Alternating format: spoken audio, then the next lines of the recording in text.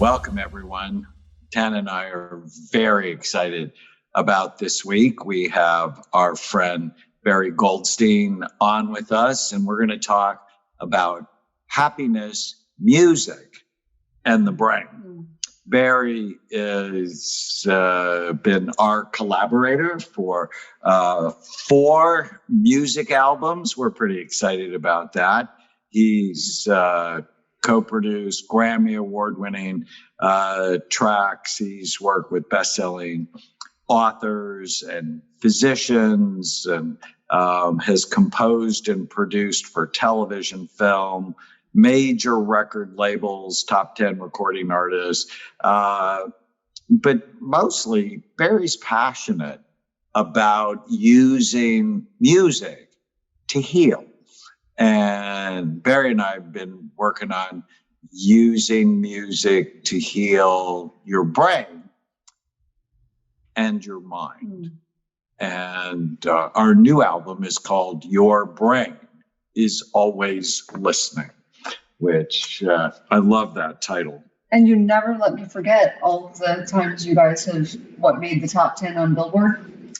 Pretty cool. Yeah. So it's very cool. So welcome, Barry. Well, thank you guys for having me. It's great seeing both of you again. And I'm really excited about the launch of this new album in collaboration with you and our continued joint vision of helping people move to those beneficial brain states. So let's start in this first podcast by telling people your story. How did you get involved with music and healing? Well, that's really interesting because I always say if you would have told me that I would be doing this type of music 25 years ago, I probably would have laughed at myself. Because, I was a rock musician. I was doing a lot of hip hop and house music, type A New York City music producer. And I really just kind of got burnt out on taking 50 to 100 hours to produce a 4-minute pop song. And so I started to create this ambient music with looking at how I can get back to my heart. And so I typed in the internet, music and the heart. And I remember reading that our heart was at a relaxed state between 60 and 70 beats per minute. So I said, what would happen if I started composing with my metronome set to 60 beats per minute? And I just started taking these hour-long journeys of really more decomposing than composing. It was for my own stress and anxiety and sleeping challenges. And I realized that during these compositions, I was moving to a very meditative state, or what we call the zone. And I didn't know till later on that this is what we call entrainment, where we're actually synchronizing an internal rhythm to an external rhythm. And I didn't think I'd be putting these pieces out, but I was urged by a girlfriend of mine who is a massage therapist. And I started putting these out, and all of a sudden we started getting testimonials of how people were using them, from everything from sleeping challenges to anxiety to birthing children into the world, helping loved ones with dementia and agitated behaviors and sleeping at night. And that really created a curiosity that made me further research the healing aspects of how music can be used as medicine. So that's kind of it in a quick story, in a nutshell. That's awesome. I use them for meditation. I think they're amazing. They actually really do help you get into a meditative state. I agree with that completely. So let's dive deeper into entrainment. And, while you were talking about that, I began to think about Tana. I always think about Tana. And when she listens to the news, she gets anxious and upset and angry. And it's entraining her to notice what's wrong rather than what's right. And entrainment's basically your brain picks up the rhythm in the environment. But if your environment's negative, you're going to feel bad. But you can purposefully put your brain in a healing environment. Yeah. And I mean, I think something people don't realize is that in our day, we are constantly emotionally entraining to people as we encounter specific things that go on in our day, our challenges, our phone calls. I mean, have you ever gotten off the phone and you feel like, wow, something, didn't feel right in that conversation? And I think this is where what we're doing can be really powerful, because we can utilize music literally as a tool for energetic management. And I think this is really the next steps in the levels of that. When we are emotionally entraining to something that doesn't feel great, can we get a little red flag that comes up and say, wow, I need to kind of shift this feeling now before my day snowballs into something that I don't want it to. And so if we begin by asking ourselves the question, where am I now emotionally? Where do I want to go? And what piece of music will take me there?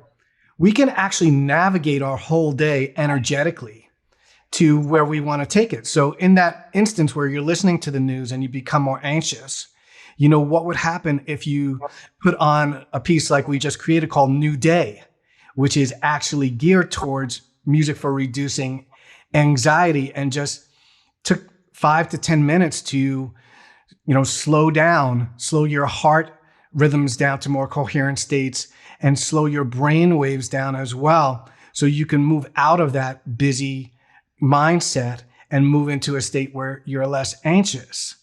And then we can begin to utilize our energy for what we want to use it for, which is creativity and our vision and inspiring people. I love that. And so New Day is on Your Brain Is Always Listening, our new album. Where can people get our album? Yeah, well, now we can get it pretty much everywhere where music is being sold. It will be on iTunes, Amazon. It will also be available on Spotify and Apple Music as well. So people will be able to plug it into their day a lot more easily now. I'm a huge fan of playlists. It's like playlists for energy, playlists. Yeah. You're a big fan of playlists. Oh yeah, because for it changes, completely changes how you move, how you function, how you feel. If I listen to meditation music while I'm working out, it's a little bit different, because I'm trying to calm my brain when I'm meditating. But I listen to extremely uplifting, music, maybe with more bass or something when I'm working out, and then that gives me more, energy. I totally move differently. Yeah. And that's, again, where it comes into listening to your body and what your body needs to get you there. Mm-hmm. So, where am I now? Where do I want to go? And if you want to get that heart in an elevated state, you're going to plug in something that is going to accomplish that. And you want to get out of your mind patterns when you're working out and get into that zone. Yeah. What I think is really exciting, Daniel, that I was thinking about as well, is that we now have 4 CDs, or I'll say albums, because people are using a lot of things digitally as well now. But we really have created a great body of work to create playlists. If you wanted to create your own playlist now for sleep, using our 4 albums that we've put out, you can put together a longer playlist of all those and have a great, hour and a half worth of music before you go to sleep at night. And the same for other states as well. So that's one thing I would encourage people to do, is not just think of it as one album, but the body of work that we've created is really, really beneficial for people at this point. Well, and I love how we started with Brain Warriors Way. It's just the call to action. The podcast is called The Brain Warriors Way because we believe we're in a war. And all warriors have music to go into battle, right? And, not only are we coming out of the battle of the pandemic, we have this battle for our brains. Barry, I have a question, because that was a good point. So when warriors go into, if you think historically, people go into war, they've got these people sometimes pounding drums, they do war cries. Obviously that must do something to their psyche. Gets them into a state. Right. It gets them into a state, correct? I mean, that's evidence right there. There is. And you know what? And in church, they play, I'm sorry, but in church, they play different music because they're trying to put you in a different state. Absolutely. And, there's a lot more research now behind drumming, and how drumming can actually induce, more alpha brainwaves because people are moving and in training with the drums. So while drums started out as a form of communication, villages used to play drums to the inter villages between each other to let them know something was going on. It was a message that we're going to war or that we're going to peace, whatever it might be.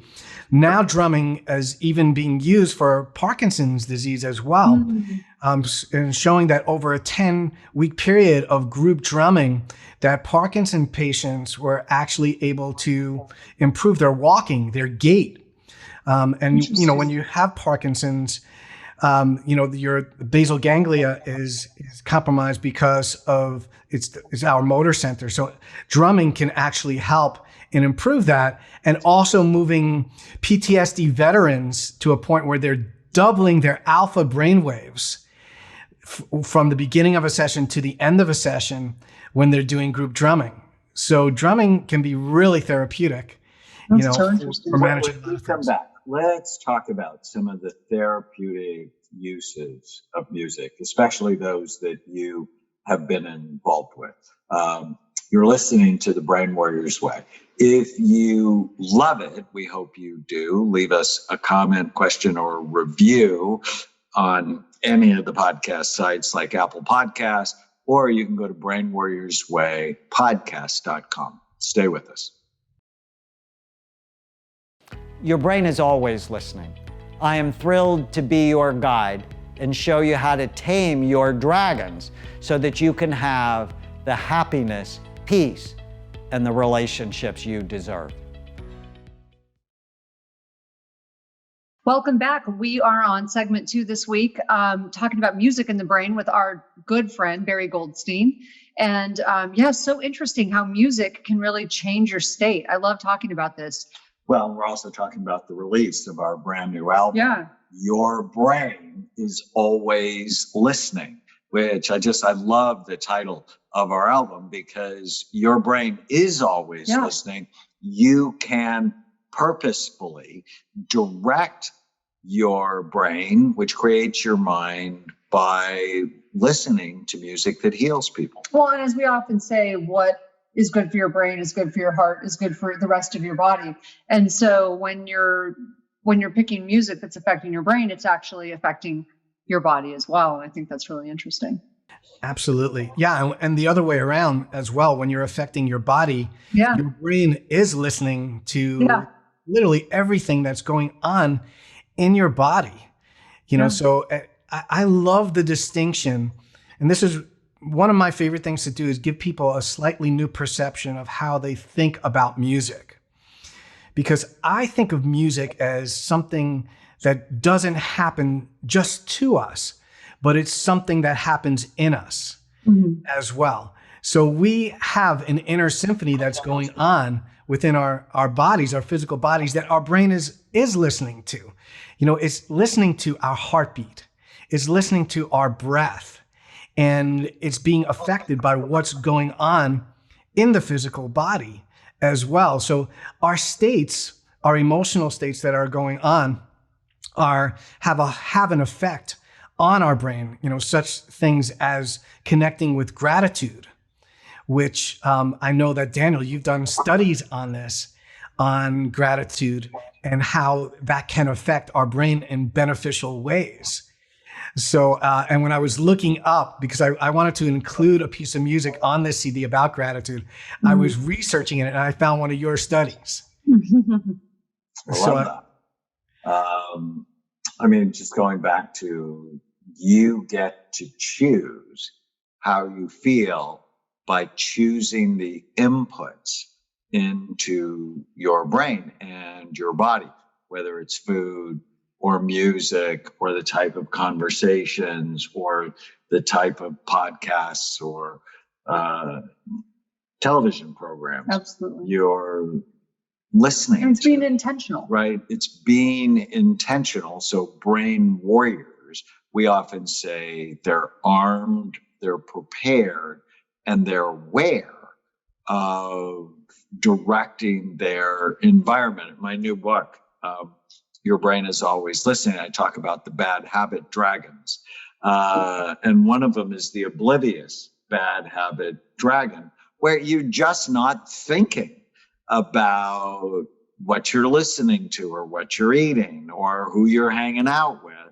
And warriors aren't like that. You're not going to win the war if you take a scattered approach to your health. Mm-hmm. So I know you've been involved with music for a lot of different healing things, whether it's sleep or MS or Parkinson's, with children. Tell us some of your experience to inspire people to really take the music they listen to seriously.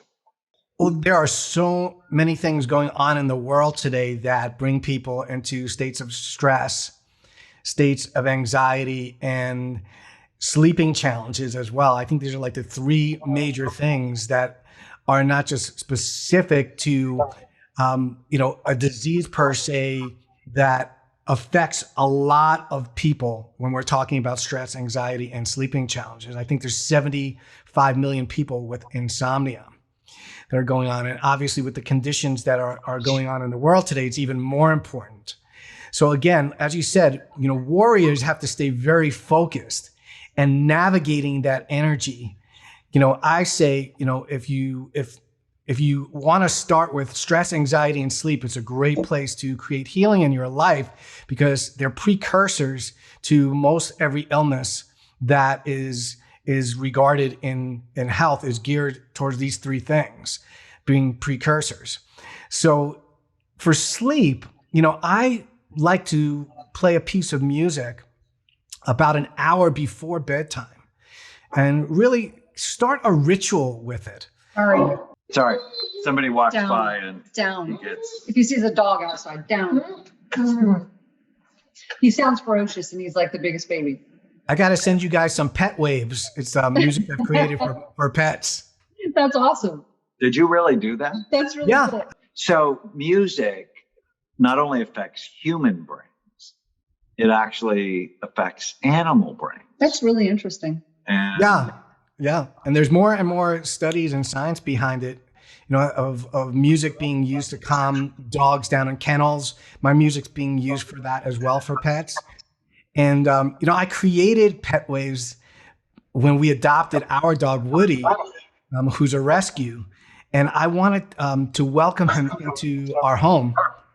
And people, would tell me, I use your music all the time. My dog loves it. People would send me pictures of their cats, like literally like laid out, belly up, from listening to my music and saying, he won't listen to anything else but your ambiology series. So I said, I really need to create something for pets. And I did some research on dogs, what their relaxed heart state was, also how they hear things, using lower and more muted tones for them. And when we brought Woody home and we played the music for him, he was literally went belly up. And mission of safety. You want to go belly up? Playing that's that like submission. Yeah. It's like insane. And we were able to condition him as well with this. So we would play it for him and rub him and, love on him. And then if we had to leave the house, we would, play the music for him. And he began to associate that music with being loved and being taken care of. Oh, I like that. So, and he always comes in here when I'm composing. He'll just lay on the ground and I know what he likes and what he doesn't like. And he has his own musical taste, as well. That's so great. Hysterical. So healing, that's what this episode is about, is music can be healing to your partners. And it can be healing to your pets. Yeah. I think people can probably hear him breathing though. That's a good sign. He's breathing so loud Well, but he's into the speaker. but he's breathing. What other conditions have you seen music help? Yeah, I mean, in the world of memory and Alzheimer's and dementia, music has had a really powerful impact for utilizing it for specific playlists of songs that person used to enjoy pre-Alzheimer's or pre-dementia. Has been shown that it could actually connect them to those memories where traditional language failed. The language of music helped them to reconnect to specific memories.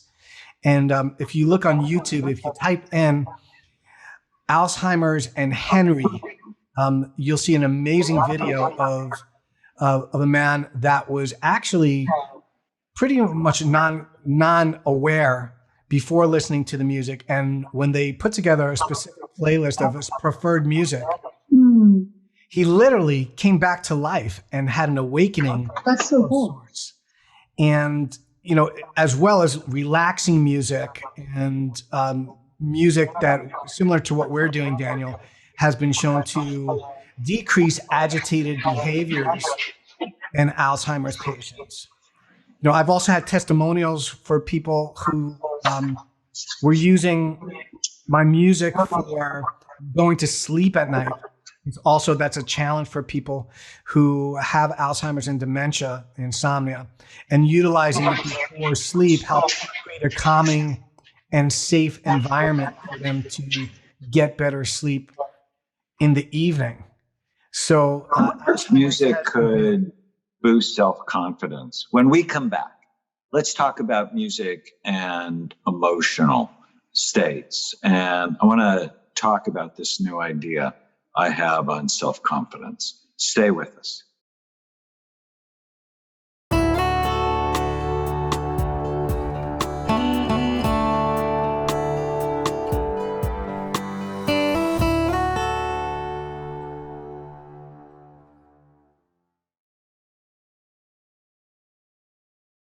Welcome back. We are here with our friend Barry Goldstein, who Barry and I have a new album, Your Brain is Always Listening. We'll talk more about it in this episode.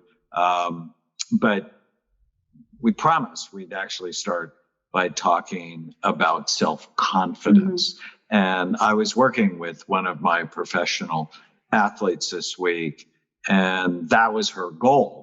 And I created this framework of, like with brain health is three things: brain envy, you got to care about it; avoid things that hurt it; do things that help it. And we began to put together a new framework for self-confidence. And one, you have to want it. Two, avoid things that hurt it, make the list of what hurts it.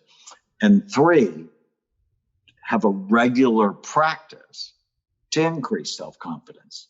So I don't know why it works. I mean, I know this is true. I want to get Barry's input on the science behind this. But clearly, music can affect not only your confidence, but it can also affect you in the opposite way. So, I mean, think about when you put 70s music on, right? Certain 70s music, it affects me in a very negative way. Cat Stevens. I get punished for Cat Stevens music. It's nothing to do with Cat Stevens personally. It's just bad memories. I know when he comes to the clinic. I know it's gonna be bad, but likewise, I know when I was, this is true of a lot of people I know who are athletes. When I was training for my black belt test, I was, I was a little intimidated by it, but there's certain music that puts you in a state that gives you that, like, I'm a warrior, I can do this, that feeling that you get. So I know a lot of people feel that way. So what's the science behind that? Well, I mean, music connects us to autobiographical memories. So in our heads, we're keeping record of all the music that we like, that we don't like. And as soon as we hear a piece of music, like you said, Cat Stevens for you, you go the other way around. For me, like I have my happy song that is like the Jackson 5, The Love You Save. Whenever I put it on, it actually puts me in a happy mood. Right. But we have the ability as well to create new autobiographical memories with music. And this is really where it comes into play of knowing how a piece of music makes you feel. So when I was composing for this particular album, for Your Brain is Always Listening, I wanted to get a piece of music on there that made people connect to feeling appreciated. And Daniel and I, you and I talked about this, that we really created the intention. We wanted to help people tap into that state. And so I started, first of all, I wanted to get myself in a thankful state before the compositional process, because it's my belief that everything goes in to the composition. Just as when you're writing a book, you can feel the author's authenticity when you read specific words that they wrote. How is that, right? That you can actually feel their emotion in that line. I believe that goes into the music as well and is part of the recipe. But when I was creating Thankful, which is music for appreciation, Denise, my wife, who is a naturopathic medical doctor, I didn't tell her what the song was about. And she came into the room and she just sat down in the corner and she said, wow, I really need this. Whatever you're playing, this music right now is just bringing me into the state of appreciation. And I was like, so wow, interesting. I guess I landed on this one because that's what this piece is about. And so for her, in that moment, that piece of music that she was listening to, the power to create a new autobiographical memory for her. So now she's connected to that piece of music, moving her to a state of appreciation. And so when you find a piece of music that you love, move beyond it just being a random experience and saying, wow, that's awesome. I feel great from this piece of music. But asking ourselves the next question, how can I incorporate this into my day? So that instead of a random experience, it becomes a transformational experience. And that's really where my interest lies. And I know that is where your interest lies as well. I want people to move to a state of transformation where after they listen to a piece of our music, they're moving into a state where they're better than they were before they listened to it. And so, it's an improvement. It's a step up in their energy that they can now plug in to their day. And that's where we can take this. That's conscious living as opposed to unconscious living. And I actually called my first instead of reactive clinic. Do you know this? It was called, it was actually called the Center for Effective Living. But I want us to have conscious lives rather than unconscious lives. And just putting on this album or any of our albums helps you do that. It helps you direct your energy to what you like rather than what you don't like, or rather what's random, or what's even worse is what is used to manipulate your mind. Like the news. Well, the social dilemma. Remember when we're looking at companies who manipulate our mind to make money for their advertisers. And we all need to be warriors and really guard against that. Yeah, no, it's such a good point. But even within your albums, like I know certain people are drawn to certain sounds. And it's so interesting to me because even within, like I loved Brain Warrior's Way, and the next one after that was Bright Minds. I love that. I love Bright Minds. But I find myself drawn to the drums and the bass and away from the other, like music that doesn't have heavy bass or drums, and it feels a little flighty to me. I don't know if that makes sense at all. It doesn't feel, I can't sort of grab onto it. And so what is it about certain sounds that make certain people react differently? Yeah. And well, you'll be glad to know too. So in Your Brain is Always Listening, the first two pieces, I really wanted to take people on a journey, and it does have some drums and bass, as you go on, because I feel that these kind of anchor you in and help you move energy. So when those drums come on, it creates a movement that helps you move into releasing something, like releasing anxiety. It helps you move into connecting to appreciation because the cymbals swell and the drums open up and your heart opens up with that. And in general, like low frequencies, think about that. They're low, right? Bass, as you go up, I think of it like building a house, right? You build on a foundation, and the lower frequencies are the foundation of the music and connect us to being more grounded. So the bass, you probably like that because I do. It makes you feel like you have your footing and you're grounded and you're safe, and you're nurtured, and within that you can actually have something to hold on to. Yeah, and I feel more energy. Yeah, and the other way around as well. If you think of those higher frequencies, they tend to be more ethereal, and the Native Americans talked about this as above, so below. So when we're kind of bringing ancient and modern together, I like to cover a lot of the frequency spectrum in a piece where it's lows and highs, but we can incorporate both into it. Those higher energies connect us more to a sense of spirituality or a sense that there's something beyond us. And the lower ones connect us more to the earth. Oh, that's so interesting. Combine them together, we have a more rounded experience. That's cool. I wonder if there's any connection to music our mothers listened to when she was pregnant with us, or music that our grandparents responded to positively or negatively that actually gets written in our genetic code. I think musical skill, musical preference, probably there are genetic codes for those things and what we like and what we don't like. Yeah, I think a lot of it's passed down. I know that when I listen to anything that's like Frank Sinatra, because my dad loved Frank Sinatra, I immediately can feel my dad's energy. My mother loved Chopin, and she also loved Tom Jones, So when my mom passed, talking about playlists and how people can create their own programs, I created a music program to help me move through grief. Because during the process of her passing, I had to show up and be there for the family.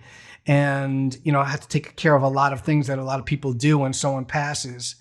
And I wasn't able to fully grieve.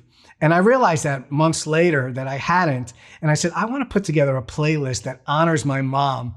So it was kind of very out there because it had beautiful classical music, but it also had Tom Jones on it. What's New Pussycat? And I just said, for this 10 minutes, I just really want to allow myself to do whatever needs to be done. And I started sobbing in that piece and releasing that grief, but also just felt a connection to her and felt really happy. So it's a great way when you talked about healing, what is healing? It gets into a larger conversation. But for me, anytime we can release a block, not just physically, but mentally, emotional, spiritually, when we can release something and become lighter, we've experienced a healing of some kind. And music, utilizing these playlists and different types of music, it's like nourishing ourselves, just like we do with food. I call it musical nourishment. We have the ability to nourish ourselves with music. Well, and music has been used in psychiatric circles for a long time as a specific form of therapy. And that's what we think of as with our 4 albums, that they are therapeutic interventions that have no side effects. I love that. When we come back, we're going to talk about each of the pieces in our new album, Your Brain is Always Listening. Stay with us.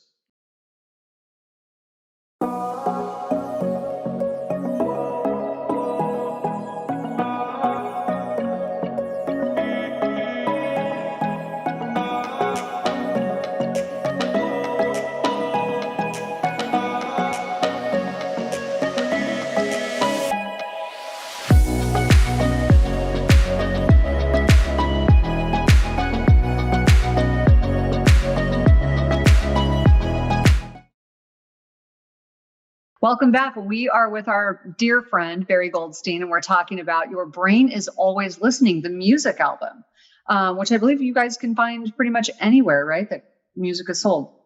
It is. Yeah. So we're talking about the effect of music on different people, how it really can affect mood and even health. How it's used in therapy. And it's just so fascinating to me how different types of music affect people differently. And we know what kind of music makes you angry. And well, we're talking about me specifically? Yes. Oh. And we know what type of music gets you pumped up. Yeah. And at my funeral, I want you guys not to play sad music that, makes everybody cry. Well, I think if we play Def Leppard, Guns N' Roses, it'll be weird. No, it'll be what I want. It's a happier setting. Well, you want to play When the Saints Come Marching In at yours. Louis Armstrong. Yeah, I love Louis Armstrong too. Nice. How about you, Barry? Since we're talking about, I was talking to Tana about that. I want to play "Could It Be I'm Falling in Love" by the Spinners, which actually just has always put me in a very happy state, and is also my wife's favorite song. So, well, that's awesome. It's awesome. So your brain is always listening. So that's the title of my new book. Tame the hidden dragons that control your happiness habits and hangups. And, we've done other albums based on the work that I was doing, Brain Warriors Way, Music for Bright Minds, Memory Rescue, Resource, Feel Better Fast and Make It Last. Totally. Music fits with that. But none better than Your Brain is Always Listening. And you want it to listen to things that help you or things that hurt you. And I'm so grateful you did this collaboration with me. I mean, the truth is Barry did all the work. I just talked through some of the ideas. You take the credit for the billboard. But I put that on my resume. Yeah, always. We've been on Billboard's New Age chart for 70 weeks or more. And people love this music. It's really important. They love your skill. They love your talent. And it matters. So walk us through the different pieces on the album, and then let's talk about appropriate uses for it to help people. And as you walk us through, what was your intention? What are those pieces supposed to sort of help you feel or do? Yeah, absolutely. And I just want to say too that I feel it is a very complimentary collaboration with us, because you have an overview of what you wanted to voice through the book. And the whole point is to have a companionship album that works with complementing your book in an experiential way. So knowing what pieces you wanted on there were very important. And then it allowed me to run with those pieces, because you gave me the focus of where to go with it. So I just want to say, and also the research behind it that you've done within Music and the Brain, is phenomenal. So doing this together to me is very much so a collaboration. Thank you. So when we spoke initially, I know that it was important to both of us to have a piece of music that people can use for anxiety. And, at where we are in terms of what's going on in the world over the last year and even moving into the following years, there's been even more reported anxiety, more mental illness around things. And I wanted to give people a tool that when they listen to the piece of music, that they felt like every day was a completely new day, that no matter what went on in their previous day, that they could kind of erase the slate when they put on this piece of music. And I wanted that to be conveyed compositionally and thematically and symbolically with that. So it starts off with wind chimes coming in and just gentle sparkles, that are symbolic of the sun coming in. And then it grows as your day opens up you move into your day with energy, and it moves into an expansive day where things are working with you. You're in collaboration with a beneficial universe, not against you. And so I really wanted to convey that, and using specific patterns, using specific chord progressions, using specific tones. And that really plays into how our brain interprets the music. And so that was New Day, and its goal is to help you release anxiety. And the next piece is called Thankful. And we talked a little bit about that, music for appreciating your life. And again, when I was composing that piece, I was thinking of all the things that I had to be thankful for. And I would listen back and forth to the music and saying, does this convey it? Does this passage feel like that? And so it was also about being thankful is targeting the heart, because the heart moves to that state of appreciation. So I wanted the music to also bring you into states of coherence. So it targets the heart at a relaxed state at 60 beats per minute and enables you to entrain to that. So you're able to synchronize, and your heartbeats are more smoother and more orderly as you connect to gratitude. And there's an organization called HeartMath that I'm sure you're familiar with. We know them well. Yeah, and they talk about that. If we can move into these orderly rhythms in our heart, how that affects not just our heart, but our brain. And there's more science and research showing that when you move into these states where you're in appreciation, there's a communication going on between the heart and the brain.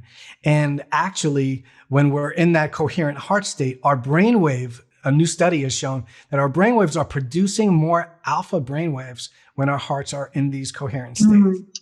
Mm-hmm. One way people can test this is if you have an Apple Watch. Mm-hmm. Apple Watches actually measure heart rate variability, which is the big thing from HeartMath. That's right. It's heart rate variability. So you can actually measure your heart rate variability ahead of time, and then you can listen to the different pieces of music and see if they impact your heart rate variability. That would actually be a super really simple study, Barry, for you and I to do. That's because we could probably get 500 people with Apple Watches to just listen to it before and after, record, and send us their responses. Because heart rate variability is not only a sign of heart health, it's a sign of brain health and mind health. Absolutely. And a lot of people also using the Oura rings for the HRV to measure that as well. So we should reach out to people and have them play that second piece and see what the results are. Because I have people already reporting that HRV has become more optimal in listening to our music. So it would be interesting to do that. Good. And the third piece? Yeah, so the third piece is called Relaxation Bridge. So with Relaxation Bridge, my intention was really for people to be able to hit the zone, and that's a place that athletes describe when they're right. Not in their thinking mind, right? When they just tap into something and time goes to nowhere. And also within meditation as well, if you can listen to a piece of music and say, wow, I think for that 5 minutes, I wasn't thinking of anything. I just went to the zone. So I use patterns using singing bowls. So really allow you to kind of synchronize to that rhythm and just move into a zone where you're moving into a trance state. So patterns can be very conducive to moving into that zone where you have something to hold on to. There's a distinct pattern, but it's not distracting at the same time. So I was able to accomplish that with singing bowls, creating soothing tones, calming melodies in it as well. And I love to add the celestial elements to that also, and voice into that, because people feel comforted when they hear, voices in there as well.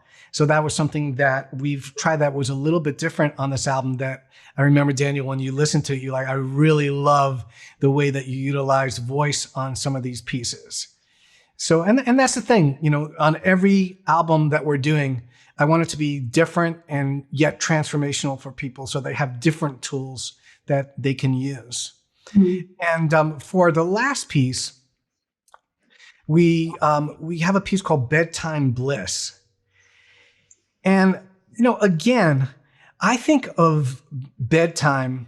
So I think of music as nutrition. Just like meals, we have our morning piece here, which is New Day. We have our piece for lunchtime that you can use that's thankful, right? You plug them into your day. In the evening, I think of that type of music as kind of like dessert.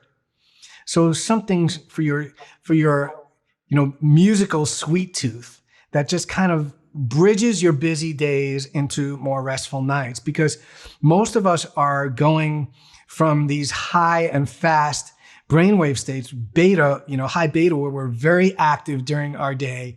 We're still probably on social networks at night, and we're looking at some of the YouTubes that we did, or we're editing still because that's what we do.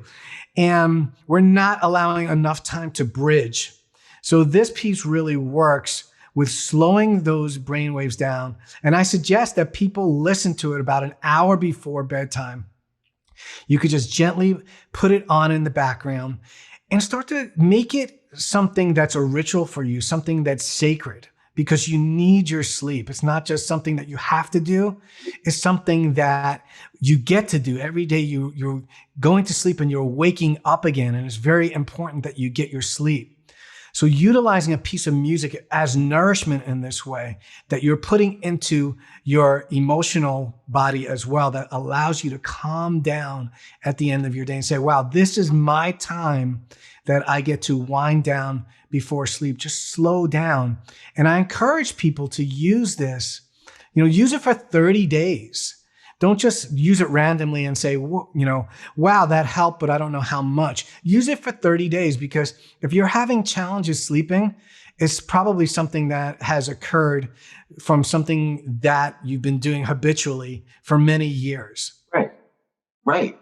I love that. It's a bad habit. We're going to start, we're calling it Breaking Bad.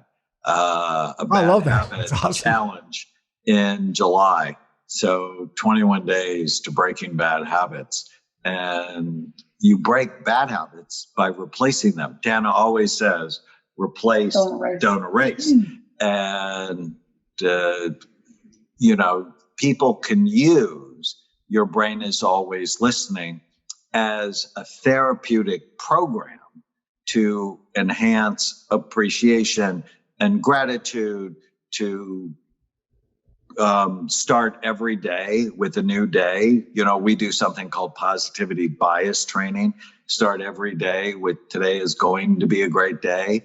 And, sleep, and then getting in the zone while I'm typing, because sometimes people see me typing. Usually I'm just keeping notes. I'm like, I need to send Relaxation Bridge to one of my athletes to help her get in the zone so the chatter in her mind isn't taking over, but she can leave that behind. Actually, psychological distance is critical. So anyways, Barry, we appreciate you so much. Thank you for being on the Brain Warriors Way. Tell people again how they can get their copy of Your Brain is Always Listening. Yep, it's available on iTunes, on Amazon, Spotify, and Apple Music. And I just really love to see the that we've done together. And one last thing is that you can also just have it on in the background, because just like you love this title, Daniel, I love it also, because Your Brain is Always Listening. It actually brings in a different way to listen to music. If you just even put it on gently, you don't have to be actively listening. You can just have it on, and you will notice that something is changing in your environment. So I'm honored to do this work with you. And, obviously our intention is that this helps many, many people out there. And so I hope people will enjoy it and share it with their friends as well. And I'm excited to collaborate with you on this. Great. So Thank you, my friend. Thank you. You're listening to the Brain Warriors Way podcast. If you learned something, write it down, take a picture of it, post it on any of your social media sites. Leave us comments, questions, or reviews at brainwarriorswaypodcast.com. Take care. If you're enjoying the Brain Warriors Way podcast, please don't forget to subscribe so you'll always know when there's a new episode. And while you're at it, feel free to give us a review or 5-star rating, as that helps others find the podcast. If you're interested in coming to Amen Clinics, use the code PODCAST10 to get a 10% discount on a full evaluation at amenclinics.com. For more information, give us a call at 855-978-1363.